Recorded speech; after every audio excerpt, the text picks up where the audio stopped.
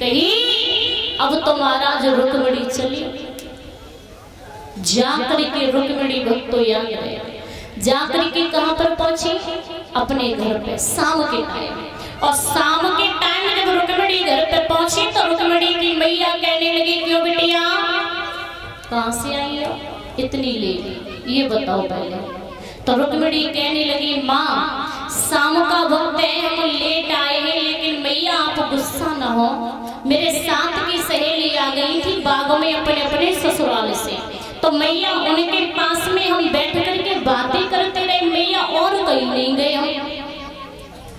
तो कहने लगे महाराज, रुक्मिणी के माँ के दिमाग में झटका लगा कि शादी के लायक तो मेरी भी बेटी हो गई है, मैंने अभी तक अपनी बेटी के लिए तो कोई घर वर देखा ही नहीं है, मेरी बेटी का तो विवाह नहीं हुआ है, मेरी बेटी के जितनी साथ की लड़कियां हैं सबकी शादी हो गई है। और कहते हैं कि महाराज घर में बेटी यदि सयानी हो जाए तो माँ और बाप को कुछ ज्यादा ही चिंता बढ़ती है। और कहते हैं कि बेटी घर में बड़ी हो जाए, कहते हैं कि बेटी यदि माँ के पद चिन्हों पर चले तो कहते हैं कि कुछ दिन तक रुक जाए, बेटी की शादी करने के लिए कुछ दिन तक रुक जाए। लेकिन बेटी कहते हैं कि महाराज जब बड़ी हो जाए तो बेटी की शादी करने में फायदा है। सुखदेव जी बोले कि हे राजन परीक्षित, बेटी यदि घर में है तो उस बेटी के अंदर कुछ ऐसे संस्कार डाले, ऐसे कुछ गुण डाले जो बेटी यदि ससुराल में जाए तो ससुराल से लौट के कोई वापस एक ताना ना आपके पास में आए।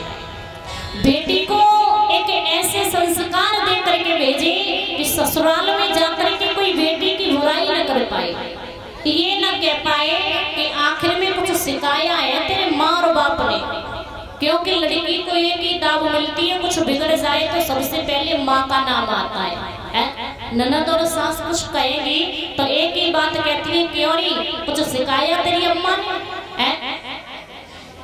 तो कहते हैं कि बेटी के अंदर ऐसे संस्कार डाल करके भेजे।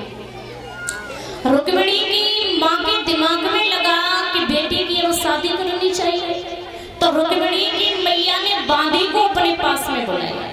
और वादी को जब बुलाया है तो वादी को बुला करके रुक्मिणी की मैया क्या बोले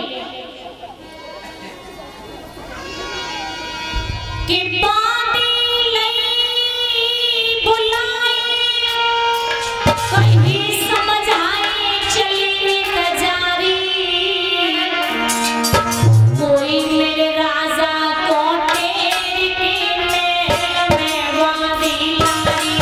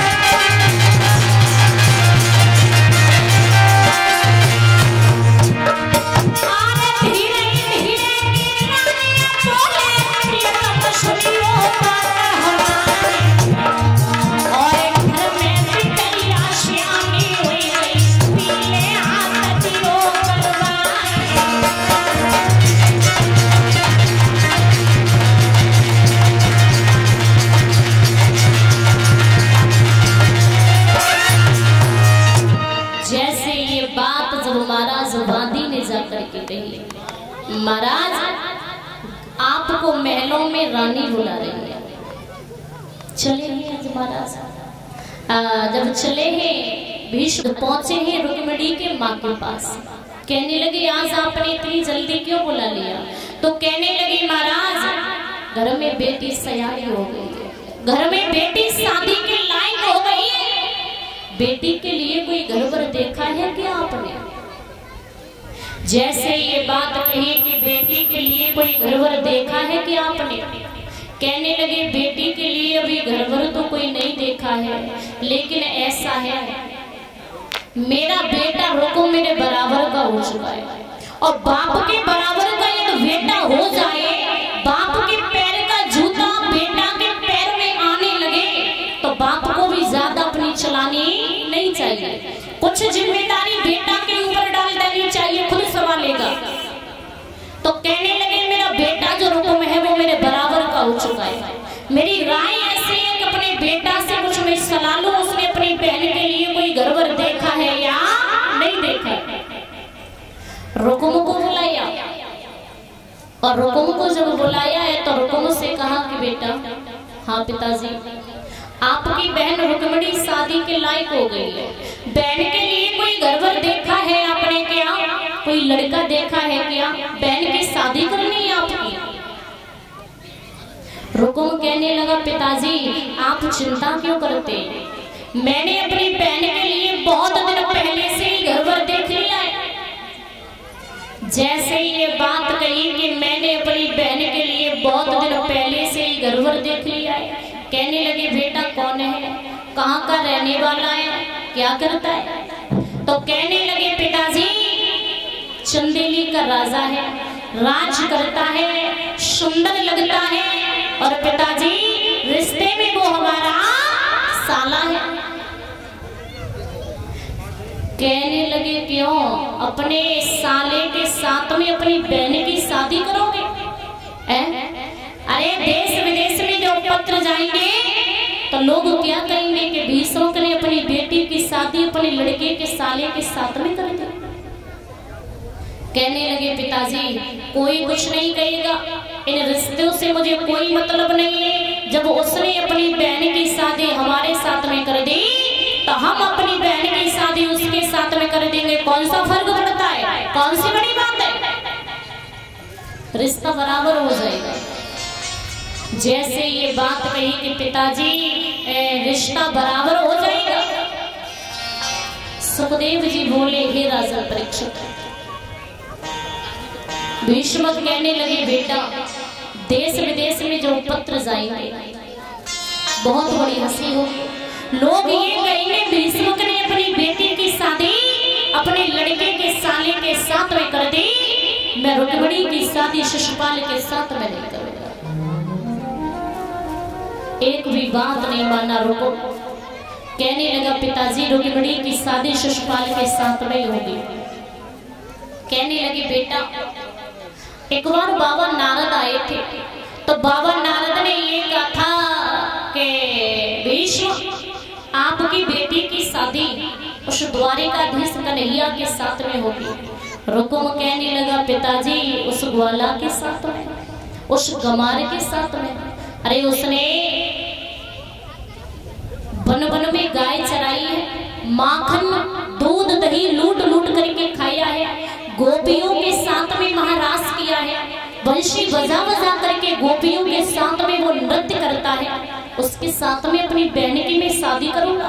अरे पिताजी चाहे कुछ भी हो जाए लेकिन बहन की शादी नहीं करूंगा। और ये 101 रुपए अरविंद उर्फ ये दीपू शराब ये शुगर सिंह फौजी ये नगला जुलासा कामनाएं प्रभु सुख और संपत्ति प्रदान करे, मेरी परम पिता परमात्मा से यही आकांक्षा और अभिलाषा है। तो कहने लगा है आज रुकुम के पिताजी रुक्मिणी की शादी होगी तो सिर्फ और सिर्फ मेरे साले शिशुपाल के साथ में। भीष्म कहने लगे बेटा रुक्मिणी की शादी होगी तो द्वारिकाधीश कन्हैया के साथ में, लेकिन याद है कहा था ना कि आदमी जिंदगी में कभी हारता नहीं है लेकिन अपनी औलाद से हार जाता है। राजा भीष्म अपने बेटा से हार गए। कहते महाराज आदमी जिंदगी में कभी झुकता नहीं, न तो महाराज उससे कोई झुकाने वाला हुआ है भगवान के अलावा है। लेकिन महाराज याद रहे, आदमी एक चीज से और झुकता है, वो है अपनी संतान।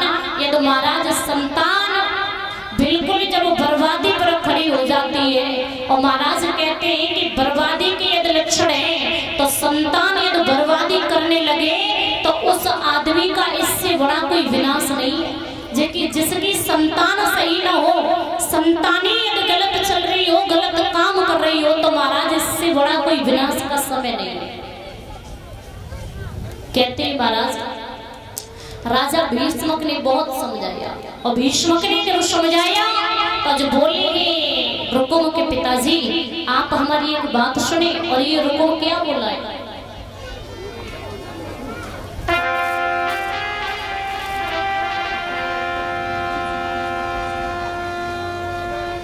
बोला कि पिताजी सुने कि अरे पानी बनावन गाय चराई,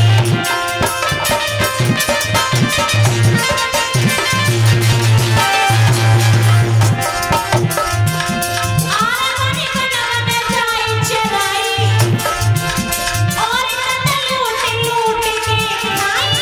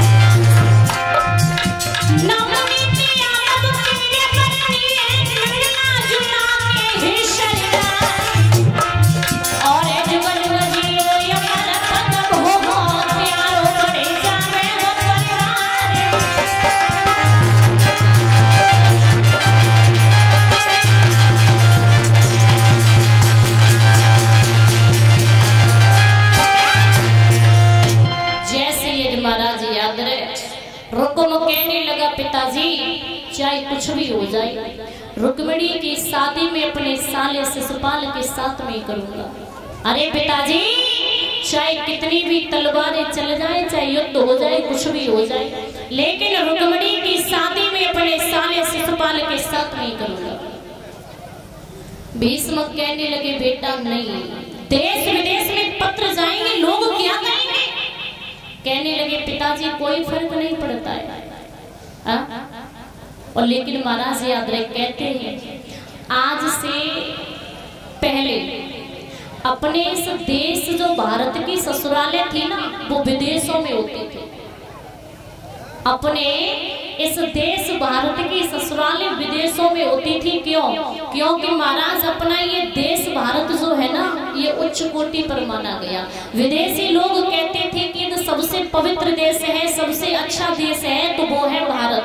तो विदेशी लोग अपनी बेटियों की शादी करने के लिए भारत में आते थे।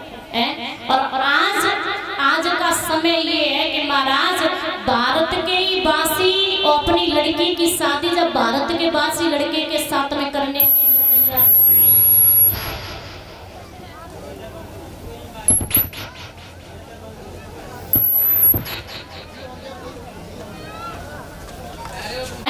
याद रहे महाराज, बड़े सुंदर अच्छे शब्दों में एक कवि ने लिखा, और ध्यान देना,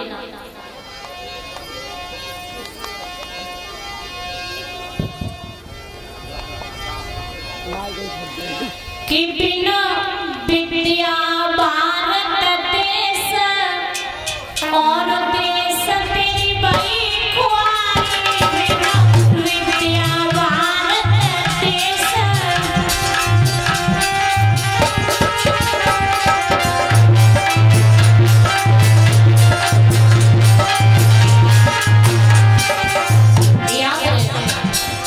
अर्जुन ब्याहे अमरी धामी, पांडु ब्याहे वीरान।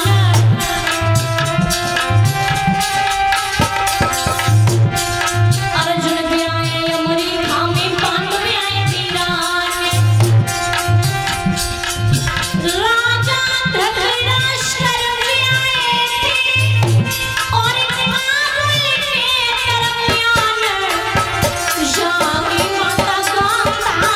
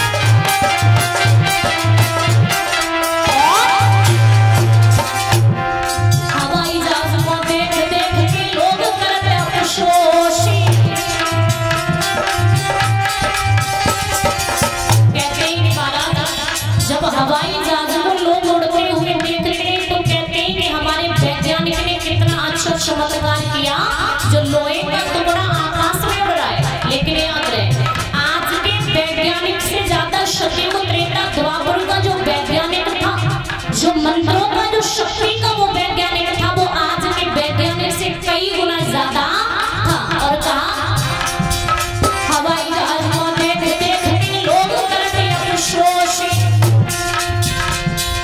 मेरे देश का काटिका घोड़ा और उड़ा 1000 कोस, भोजन की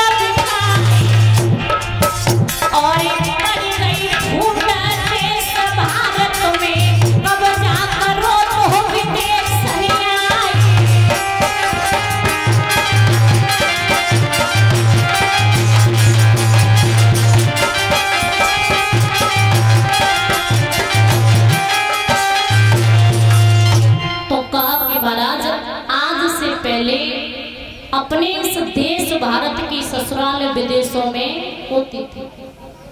भीष्म को कहने लगे, बेटा जब देश विदेश में पत्र जाएंगे हैं, लोग जानेंगे तो मेरी बड़ी हंसी होगी।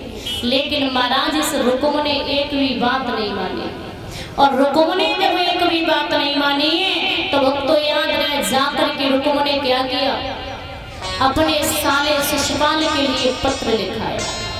और जब अपने साले शिशुपाल के लिए पत्र लिखा, पत्र में लिख दिया कि मैं तुम्हारे साथ में अपनी बहन की शादी करना चाहता हूँ, आप मेरे यहाँ पर बारात लेकर के आ जाना, अपने साथ में 10,000 सिपाहियों को लेकर के आना, क्योंकि यहाँ पर द्वारिका का कन्हैया आएगा, यहाँ पर युद्ध भी हो सकता है। आप अच्छे ढंग से आना, पूरी तैयारी के साथ में आना, मैं रुक्मिणी की शादी तुम्हारे साथ में करूंगा। पत्र महाराज लिख करके, और याद रहे महाराज ये पत्र लिख करके शिशुपाल की सभा में नाई और पंडित के हाथों से पहुंचा दिया। बोल गोविंद भगवान की, वृंदावन में हरिलाल की। अब सभी तालियां बजाते हुए बोलेंगे एक भगवान का भजन, और उसके बाद में फिर आगे की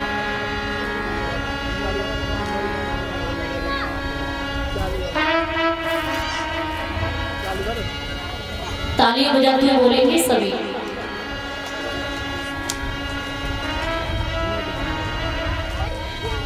कि छर से ते देखी रही बात, और कन्हैया नहीं आयो मथुरा के।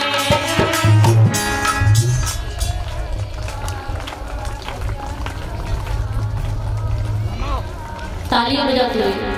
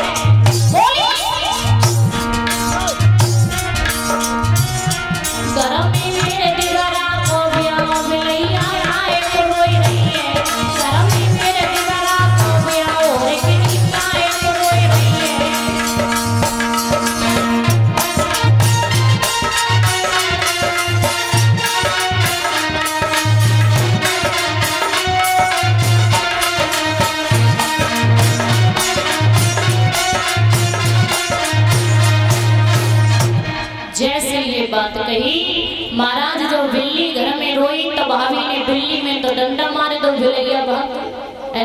और जैसे ही बिल्ली भागी है, अब तो महाराज शिशुपाल बारात लेकर के चले, 10,000 सिपाहियों को साथ में लिया।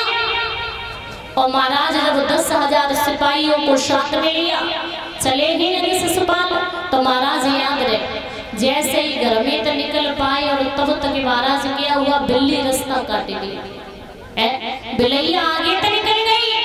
भाभी बोली लला मान जा, अरे वहां पर एक दुल्हन दो दूल्हा, अरे बेटा वहां पर लड़ाई होगी, युद्ध जरूर होगा। लेकिन शिशुपाल नहीं माने, और जब शिशुपाल नहीं माने तो महाराज आगे और चले, तो महाराज मर्दारी निकला, श्वान रास्ते में लड़ गए। भाभी बोली लला माने जा, नहीं मानी भाभी के कहने से तो नहीं माने। और महाराज कहते ये तो आप कहीं पर जा रहे हैं शुभ काम से, शुभ काम से यदि कहीं पर जा रहे हैं और अशुभ यदि होने लग जाए तो महाराज समझ लेना वो काम बनने वाला नहीं है। आप कहीं जा रहे हैं, बिल्ली रास्ता काट जाए, श्वान लड़ जाए आपस में, और महाराज कहते हैं मर्दारी आगे से निकल जाए, वो काम बनने वाला नहीं है। कुछ ना कुछ महाराज जरूर दिल में अटल होगी।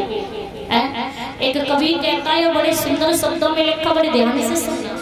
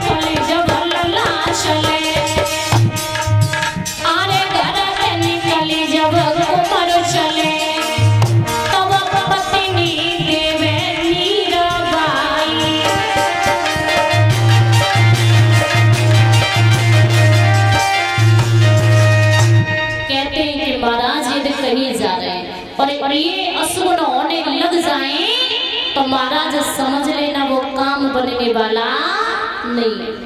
और यदि आप किसी काम से जा रहे हैं और महाराज आपका मन संकट में है, दुख में है, आपके मन में बात आ रही है कि हम जा तो रहे लेकिन काम ये बनेगा या नहीं बनेगा। सुबह सुबह यदि आप कहीं जा रहे हैं और आपके कानों में घड़ियालों की आवाज पड़ जाए, घड़ियालों माने बताया घंटा, मंदिर में पूजा होते हुए नजर आ जाए, भगवान का नाम की चर्चा होते हुए कान में आवाज आ जाए, नजरों से आंखों से दिख जाए, धूप बत्ती की महक लग जाए, घड़ियालों की आवाज कान में आ जाए, हिरण के दर्शन हो जाए तो महाराज समझ लेना वो काम बन जाएगा।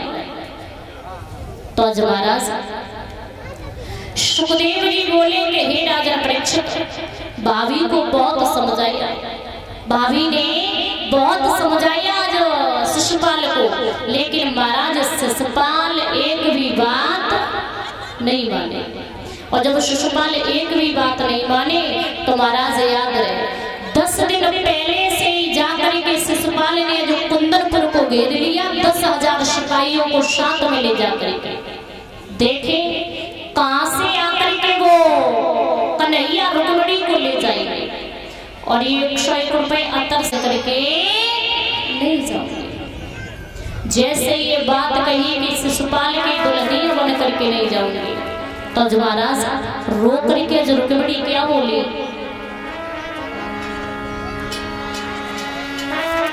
कि अब खत लिखे रुक्मिणी सुदिले मुरली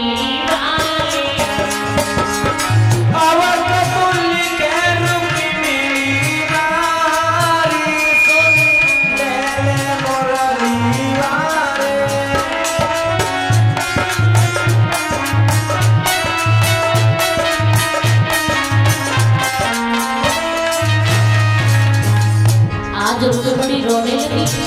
रो करके रुक्मिणी बोली अब खतो लिखे रुक्मिणी नारी सुदिले वनसी वाले अब खतो लिखे रुक्मिणी नारी सुदिले मुरली वाले।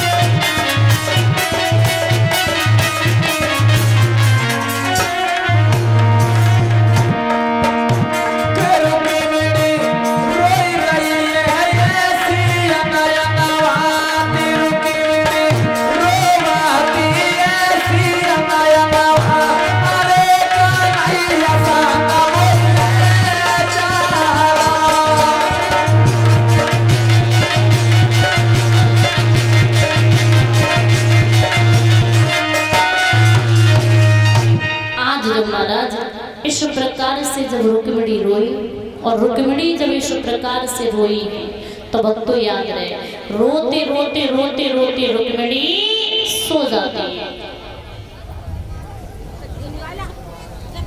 और ये जो माल्यार्पण किया है 21 रुपए से समस्त स्टाफ को सम्मानित किया है। दीपांशु सनौपिए विजय ड्राइवर नगला जुला से और ये बोला सनौपिए सत्यभान के कल्याणपुर से ये माल्यार्पण किया है। कामनाएं भगवान सुख और संपत्ति प्रदान करे।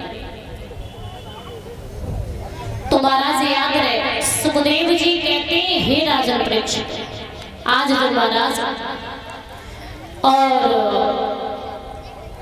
रुक्मिणी जब रोते रोते सो जाती है भगवान कन्हैया सपने में आ गए और सपने में जब भगवान कन्हैया आए तो भगवान कन्हैया रुक्मिणी से सपने में क्या बोले, अरे पगली तू रोती क्यों है, रो मत, तेरी शादी के जब ठीक 2 दिन रह जाए ना तो तू एक द्वारिकापुरी में पत्र भेज देना, मैं उसी पत्र के आधार पर तुझे लेने के लिए आ जाऊंगा, पर तू रो मत। इतनी बात कह के भगवान कन्हैया सपने में से चले जाते और जैसे ही भगवान कन्हैया सपने में से चले जाते हैं सुखदेव जी बोले, हे राजन परीक्षित, रुक्मिणी सो करके उठी और रुक्मिणी जब सो करके उठी, अब रुक्मिणी कहने लगी, कन्हैया ने एक बात कही थी कि पत्र लिख देना है और पत्र लिख के द्वारिकापुरी में पहुंचा देना। अब किसके हाथों से मैं पत्र पहुंचाऊं, कैसे पहुंचाऊं, क्या करूं? जब इस प्रकार से महाराज रुक्मिणी बैठी बैठी रो रही है और रोती रोती आज रुक्मिणी ने पत्र लिखना प्रारंभ किया, पत्र को लिखती जा रही है और रो करके जो रुक्मिणी महाराज पत्र को लिखने के वक्त आज बोली है कि पक्षी ले जा रे संदेश मेरे श्याम पिया के देश, पक्षी ले जा रे संदेश मेरे श्याम पिया के देश, पक्षी ले जा रे संदेश मेरे श्याम पिया के देश।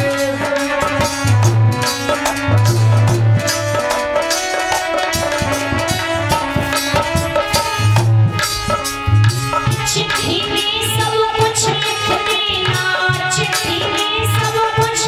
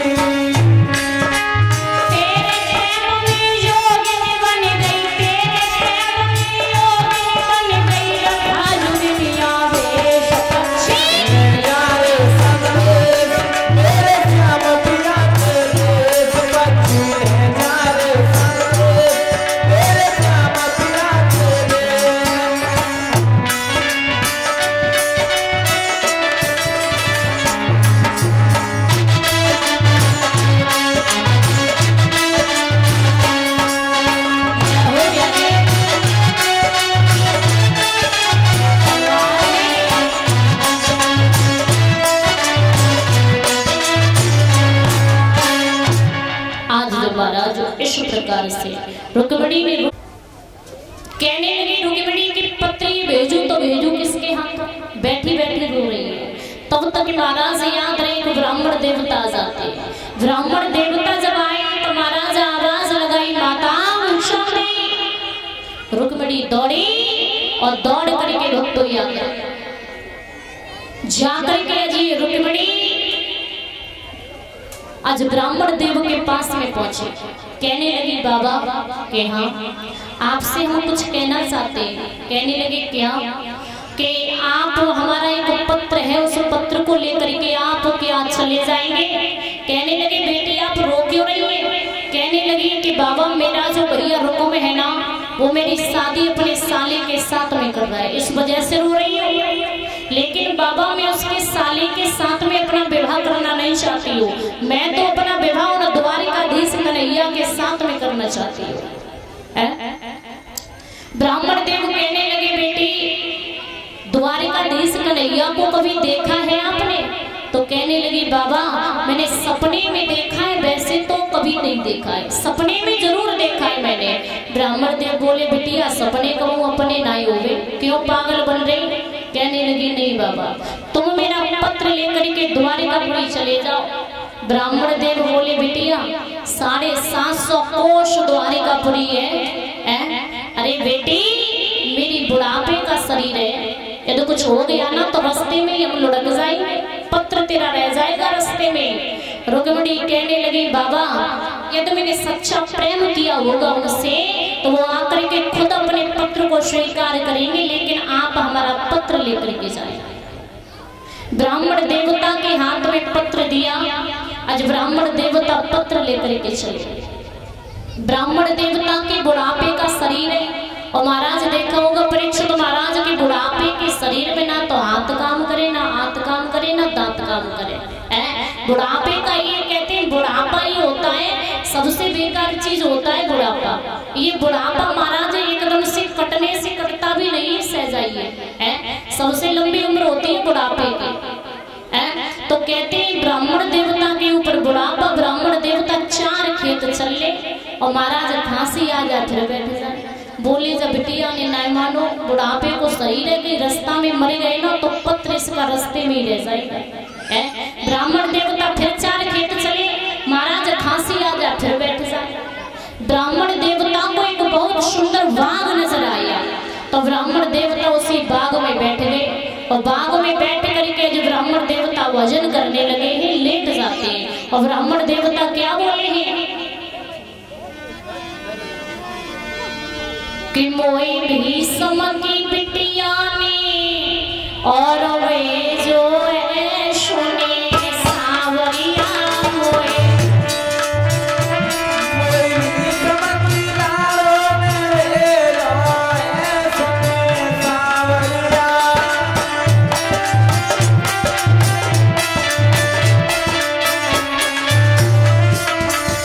बोले, मोई भी समकी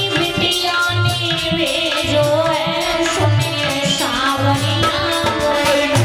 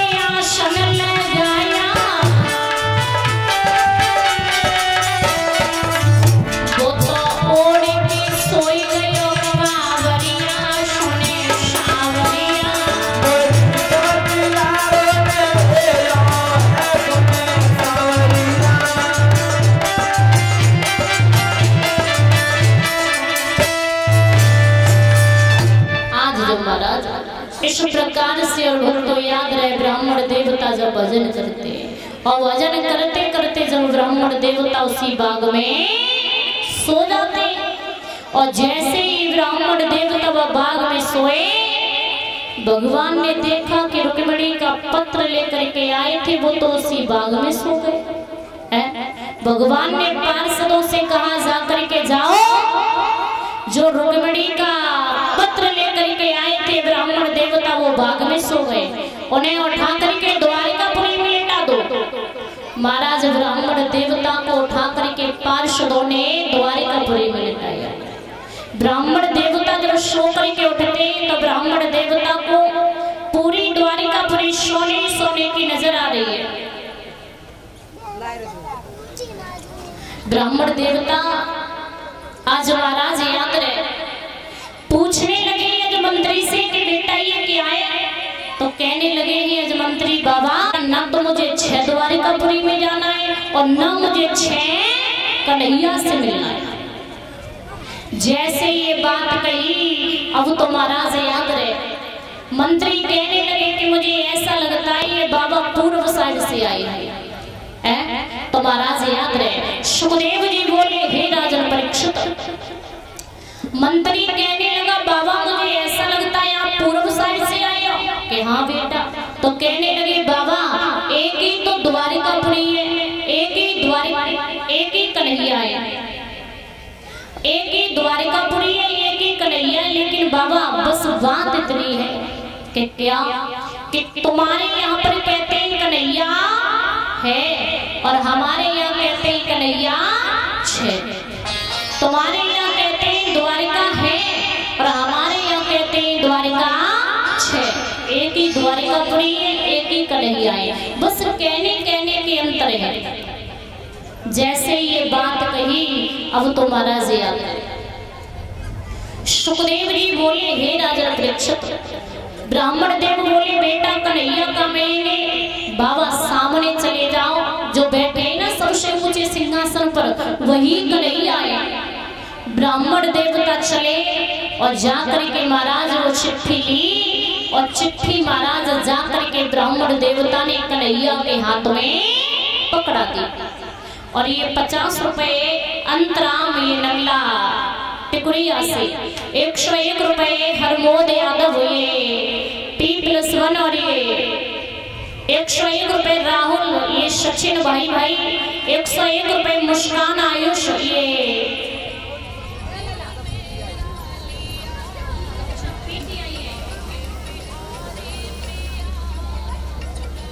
और ये 101 रुपए मुस्कान आयुष और ये पिंटू ये 201 रुपए रिंकू ड्राइवर नगला जिला से और ये 101 रुपए हरमोद यादव ये PTI। कामनाएं प्रभु सुख और संपत्ति प्रदान करे, यही आकांक्षा और अभिलाषा है, कभी भी किसी भी बात की कोई कमी न हो।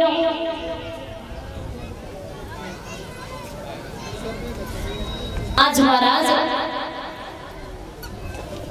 ब्राह्मण देवता ने जब पत्र जाकर के दिया कन्हैया के हाथ में, कन्हैया कहने लगे बाबा हम आपके साथ में जरूर चलेंगे, लेकिन बाबा जब तक हमारे भैया बलराम आज्ञा नहीं देंगे तब तक हम नहीं जाएंगे। तो महाराज याद रहे आज बलराम जी जैसे ही आए तो ब्राह्मण देवता ने अपने ढोंग बनाए, ब्राह्मण देवता ने खांसना प्रारंभ किया।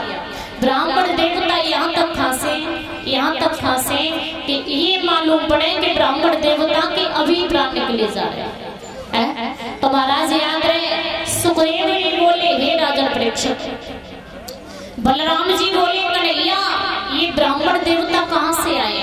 अरे ये तो ये मालूम पड़ रहे हैं कि प्राण अभी निकले जा रहे हैं, जहाँ से ये आए वहीं पर छोड़ करके आओ। कन्हैया महाराज ब्राह्मण देवता को रथ में बैठाला और रथ में बैठा के लेकर के चले, और जब रथ में बैठा के लेकर के चले तो कन्हैया जो ब्राह्मण देवता से बोले बाबा कि हाँ एक बात कही कि कहो बेटा कि आपने कभी सिनेमा देखा है? सिनेमा ए बेटा सिनेमा कैसे हो गए? तो कहने लगे बाबा दिखाएं, कि दिखाओ लला, कि तो आंखें बंद करो। ब्राह्मण देवता बोले बेटा आंखें बंद करके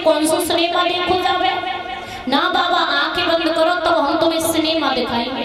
तो ब्राह्मण देवता के मन में विचार आया, चलो बुढ़ापे को शरीर वैसे हो जाने कब मरे जाए, मरते वक्त आज देख लेते आंखें बंद करने वाला सिनेमा कैसा है। ब्राह्मण देवता ने आंखें बंद की और जैसे ही ब्राह्मण देवता ने आंखें बंद की तो आज भगवान ने क्या किया है, भगवान का नहीं किया कि अरररा सरररा उड़ेगा रे तेरा फुला मेरे भाई।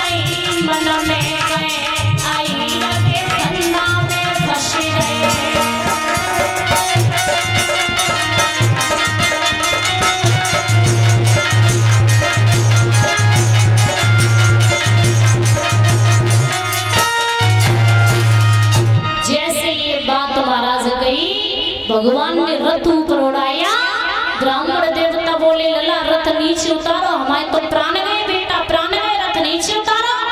तब तक जाए के कन्हैया ने रथ कुंदनपुर में उतारे। ब्राह्मण देवता बोले लला पीताम्बर गिरेगो, पीताम्बर उठाए के लाओ। तो कहने लगे बाबा पीताम्बर रहेगो द्वारिकापुरी में, तुम आएंगे कुंदनपुर में। ब्राह्मण देवता ने पहले तो कन्हैया के पैरों से लेके सर तक देखो और कहने लगे वारे हीर देवता है लला ऐसे सिनेमा दिखाइयो और काउमत। अरे ऊपर से जो गिर जाते ना तो हड्डी पसली नहीं मिलती भी बिल्कुल। जैसे ये बात कही कि हड्डी पसली नहीं मिलती तो भगवान बोले जाओ जाए के रुक्मिणी से कहो कि हम अलोपा देवी के मंदिर के सामने खड़े।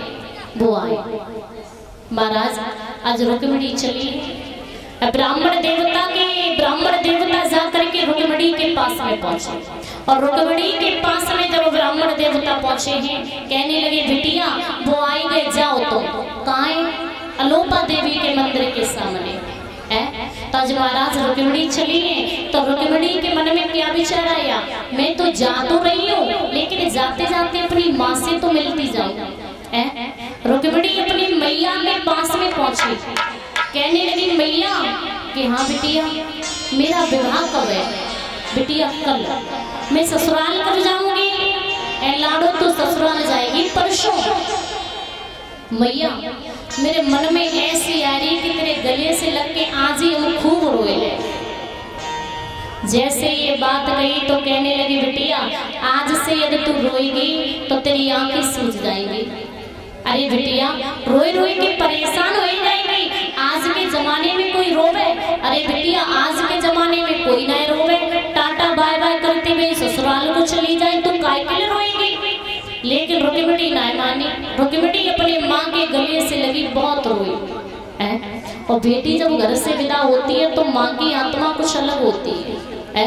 माँ के गले से रुक्मिणी बहुत रोई लगी। महाराज जाकर के सखियों को साथ में लिया और रुक्मिणी जाकर के अलोपा देवी के मंदिर में पूजा किया।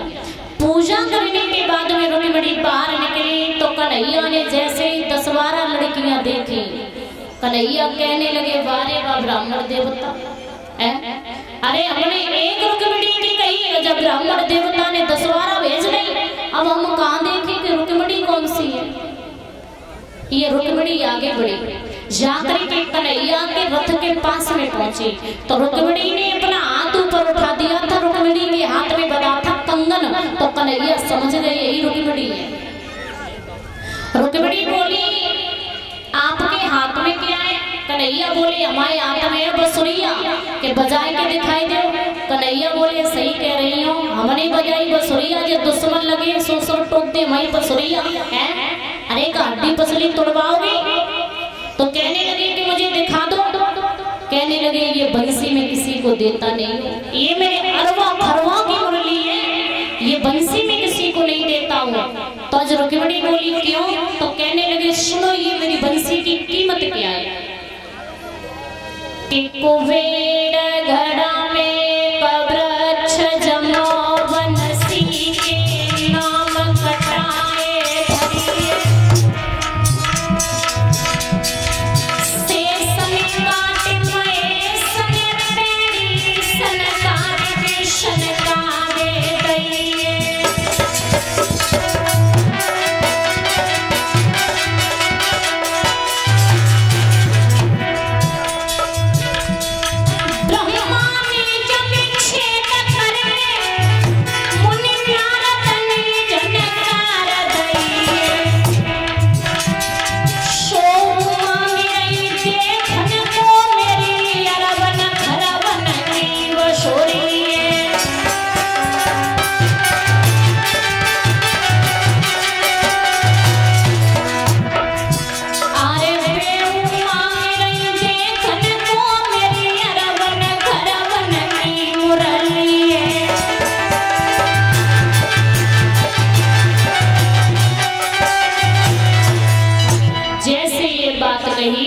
कुबेर घड़ा में कवृक्ष जमो वनसी के नाम कटाए धरिए, शेष ने काट महेश ने पेड़ी सनकादिक सनका दे दैये।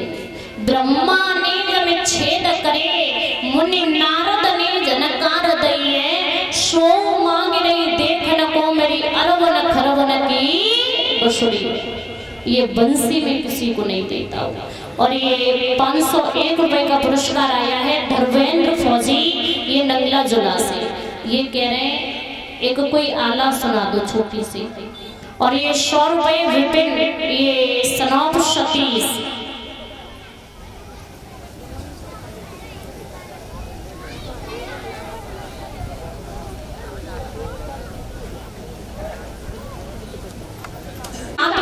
रुक्मिणी ने हाथ बढ़ाया बंसी लेने के लिए, महाराज याद रहे। तब तक क्या किया, कन्हैया ने रुक्मिणी का हाथ पकड़ा और रथ में बैठा लिया, ले गए। और जब रथ में बैठा ला और ले गए तो सुखदेव जी बोले हे राजा परीक्षित, आज लड़कियां भागी और भागी के लड़कियां रुक्मिणी की मैया के पास पहुंची। कहने लगी मैया कोई काला काला था, उसने दीदी का हाथ पकड़ा। महाराज दीदी चुपचाप मैया रथ में बैठी और मैया जिज्जी ने ना गई ना गई, जिज्जी चुपचाप चली गई। महाराज रुक्मिणी की मैया बोली बेटिया जहाँ पर मेरी बेटी जान वाली थी वहीं पर पहुँच गई, तुम चुप रहो, किसी को खबर ना पड़े, वो कोई और नहीं है, उन्हें हम जानते हैं, वो द्वारिकाधीश कन्हैया है। तब तक रुकुम आ गया। रुकुम कहने लगा लड़कियों रुक्मिणी का है?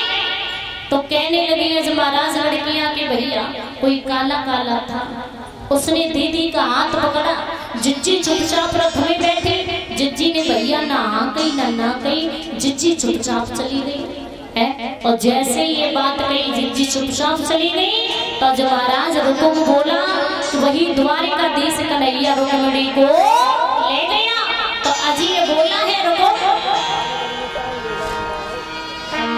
शिशुपाल से ये रुकुम बोला आरे तुम तो सोई रहे सुख निधिया में, कृष्णा ले गयो बहन चुराए, अरे मारो रे पकड़ो कृष्णा निकल ना जाए।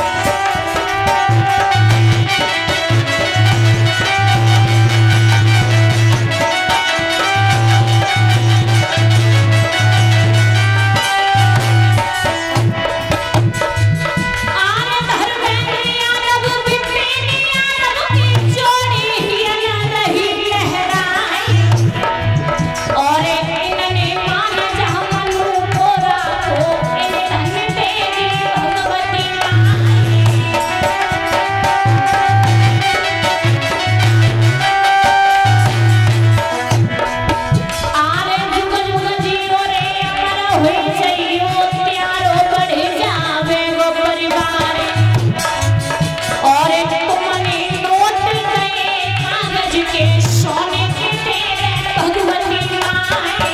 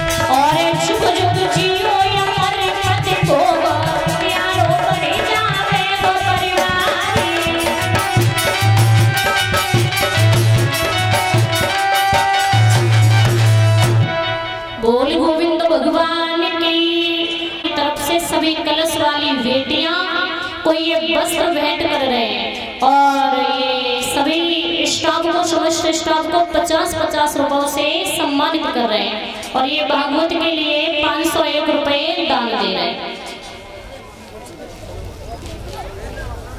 कामनाएं प्रभु सुख और संपत्ति प्रदान करे, यही मेरी परम पिता परमात्मा से आकांक्षा और अभिलाषा है।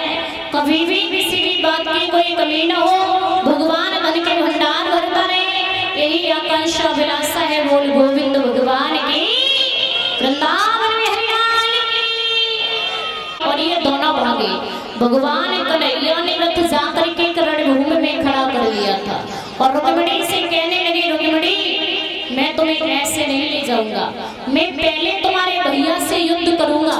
यदि तुम्हारा भैया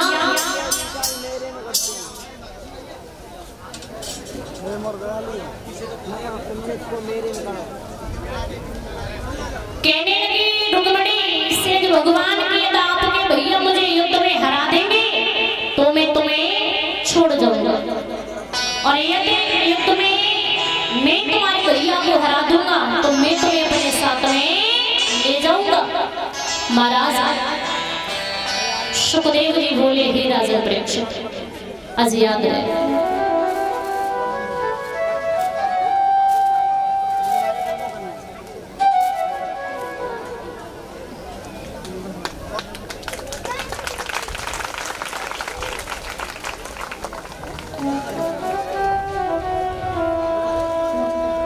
आज महाराज भगवान कन्हैया ने रथ रणभूमि में रोका है और रथ जब रणभूमि में रोका, सुखदेव जी कहते हैं, हे राजा परीक्षित, आज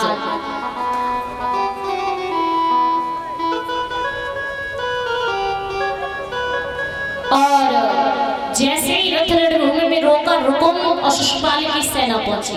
भगवान कन्हैया ने रुकुम की सेना आज महाराज याद रहे पराजित की है और रुकुम की सेना पराजित की है, रुकुम की शिशुपाल की सेना भी पराजित की है, शिशुपाल को पराजित किया।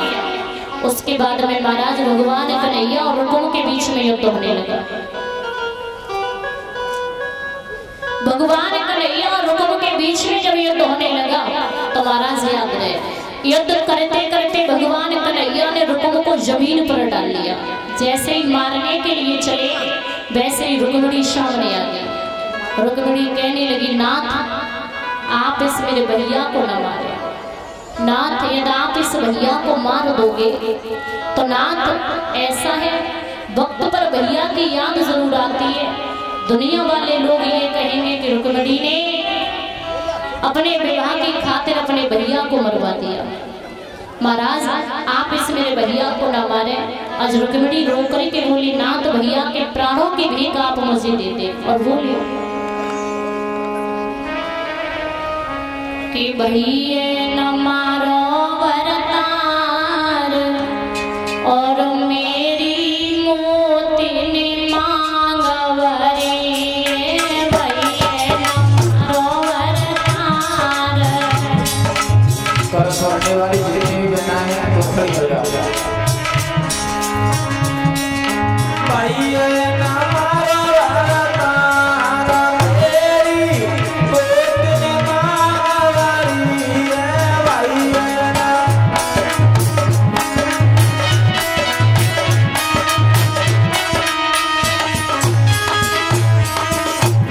बोली भैया न मारो वरतार मेरी मोती मांगवरी। भैया ना मारो वरतार मेरी मोती मांगवरी है। भैया ना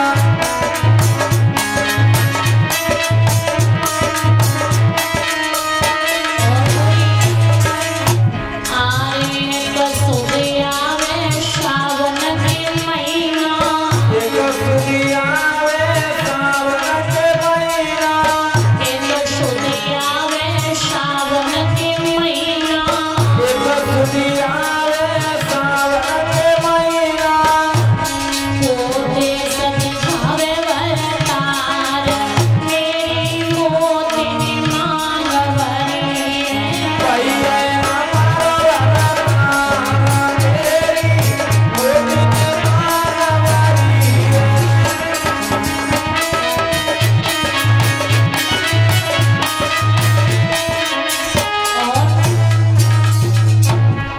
कलश भरने वाली बहना ठाड़ी आ जाओ।